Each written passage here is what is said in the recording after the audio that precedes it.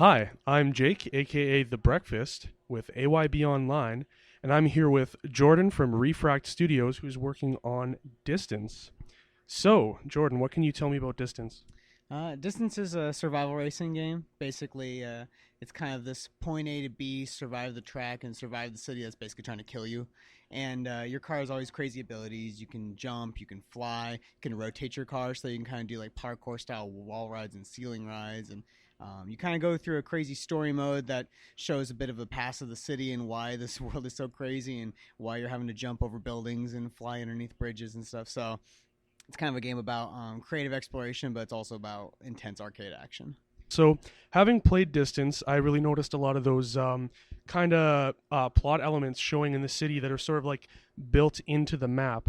There's a famous YouTuber, Prepare to Cry, is a series that he's done, where he talks about Dark Souls and building the narrative into the map. So, do you see any of your fans sort of making extrapolation videos, trying to kind of put the pieces together and make the story? Yeah, I mean we've seen a lot of forum posts that are very detailed and people saying what are those mysterious numbers that are being repeated and what does that symbol mean, and that is extremely exciting for us because it's like we love the sense of mystery and we love to try to at least create that sense of mystery. So it's yeah, it's fun to watch.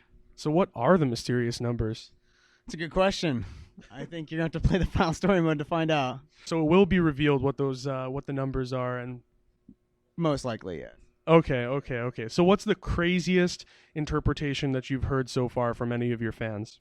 I think there's a lot of questions of reality of whether or not this is like, either someone is dreaming this crazy car fever dream, or if it's like inside a computer, or it's inside another dimension inside a computer, or I think there's a lot of questions of like what's actually real, and those are always some of the craziest ones. They're even kind of hard to follow with sometimes time travel theories because we have weird stuff where we warp you around a bunch. So yeah, that kind of stuff is definitely the stuff that's hardest to keep up with, but at the same time is most intriguing, I guess.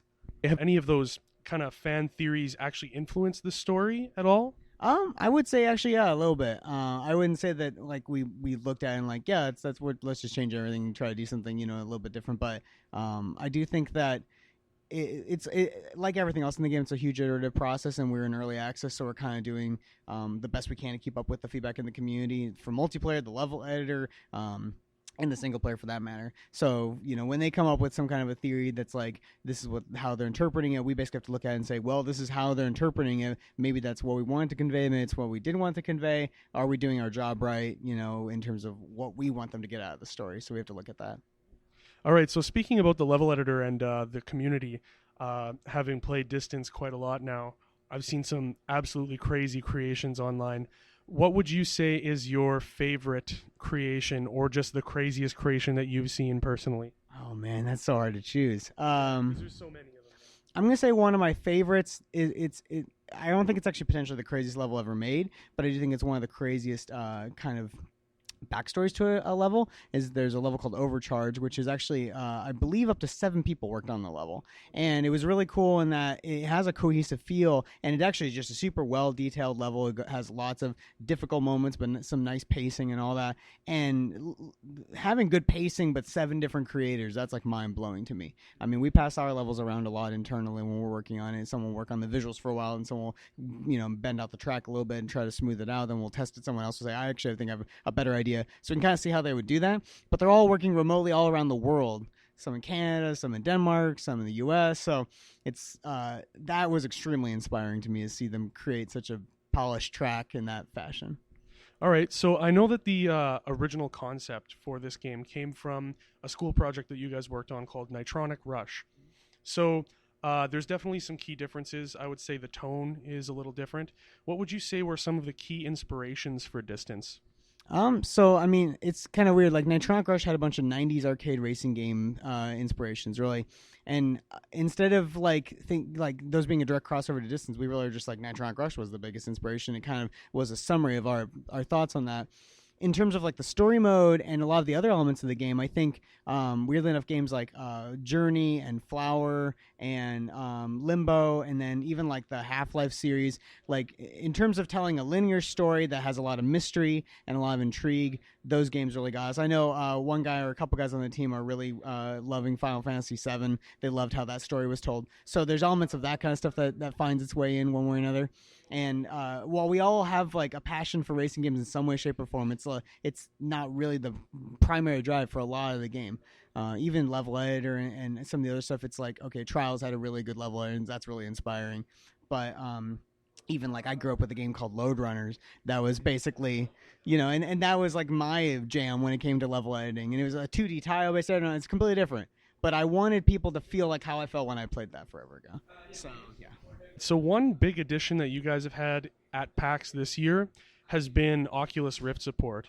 So I've been watching some videos of it. It looks awesome. I love what you've done with the keeping the bottom of the cockpit transparent so that people can see underneath them. That's especially helpful with flying.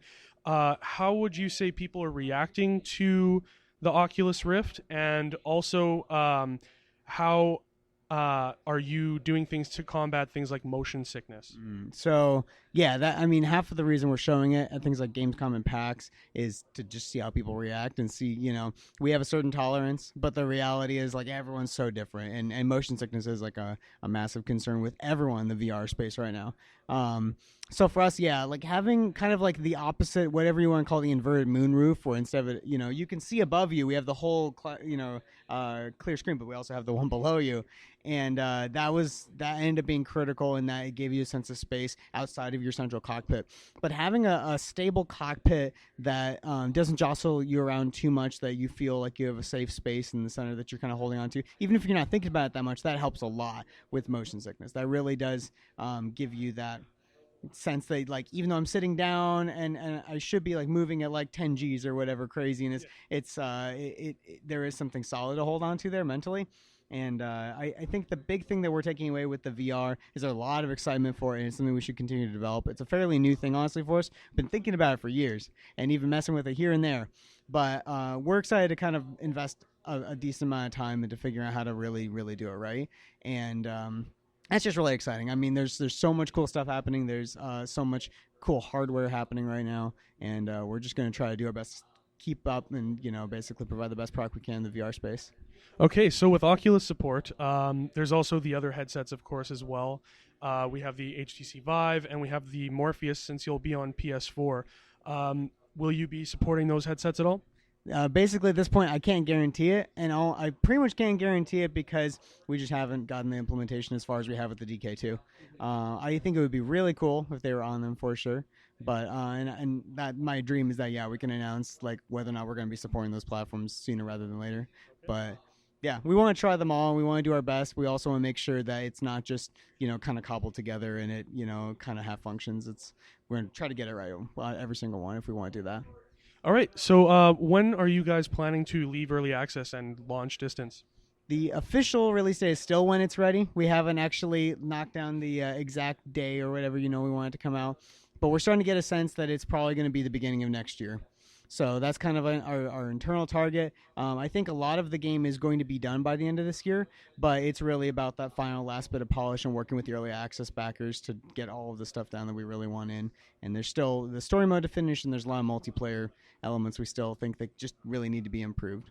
Okay, so one last question. Is there anything that I haven't asked you yet that you'd like to tell everybody about Distance that maybe nobody's asked about yet? You haven't asked about random track generation, which is kind of the other really big new thing we just added. And at least for me, like random track generation is one of those things that was kind of a dream feature for forever, and now actually seeing it in the game is really exciting. I don't know if there's a really good question to go along with that, but I would say that that's something to watch out for in this game because we're just getting started with it. And I think the version that's in there is really cool. It's called Trackmogrify. That's like the name of the mode, and we have some really cool plans for that. Right on. Actually, yeah, when we were streaming it the other day, we spent probably a good, I would say, third of the stream just going through random phrases and testing them out. So what would you say is your favorite phrase so far to use as a seed for the Trackmogrifier? Probably loopy. Loopy. Okay, I've been hearing Rainbow. Lots of people telling me Rainbow. Good. Yeah, I do like Rainbow, but yeah, the twisty and loopy and some of those that really modify the track kind of show off the strength of the track building process because it's not just chunks; it's actually extremely procedural. It's just if you want it to bend like this and then do this weirdness, it can do it. So whether or not you can drive on is the other question. Okay, so do you have any tips for making like the best possible seed? Experimentation. I mean, there's pretty much like we support like a million different colors. So if you have a favorite color, you can always start with that. And then kind of experimenting with, do you want a straight road? Do you want a twisty road? There's a couple that are like kind of difficulty modifiers. Like we actually have the difficulties like casual, advanced, expert. Those are, helpful if you want to kind of guide where you're going. But then we have a lot of kind of secret ones that are kind of more related to shapes and stuff. And those, they create some really interesting ones. Like Jason, the guy who put the whole thing together, he packed in so many. I've not even tried them all. So yeah, I definitely recommend exploring. Okay, and actually, last question. You guys have switched engines pretty recently. So what has your experience been working with the new engine? It's Unity, right? Yep. So we were Unity 4. We're moved to Unity 5. And it really is almost as big as a normal, like switching from one engine to another for us at least. For the most part, like the technical side of it, we really wanted to improve performance. And Unity, you can only do so much with Unity 4 with what we were doing, but Unity 5 had a lot of cool stuff to offer there. So we were really, really excited to get that. The downside was that the physics, on the other hand, are just completely different, and we're a very physicsy game. So that's kind of like been the battle this summers to just basically make sure that we're doing our players right by making sure that we're not, we're ending up with better physics at the end of the day. And I think what's in the game right now is pretty sweet, and I think the performance improvements are sweet. So I'm just excited, to basically be able to offer that to the players. All right. Well, thank you very much for your time. This has been great. And again, the game is Distance from Refract, and you should check it out. Thank you very much.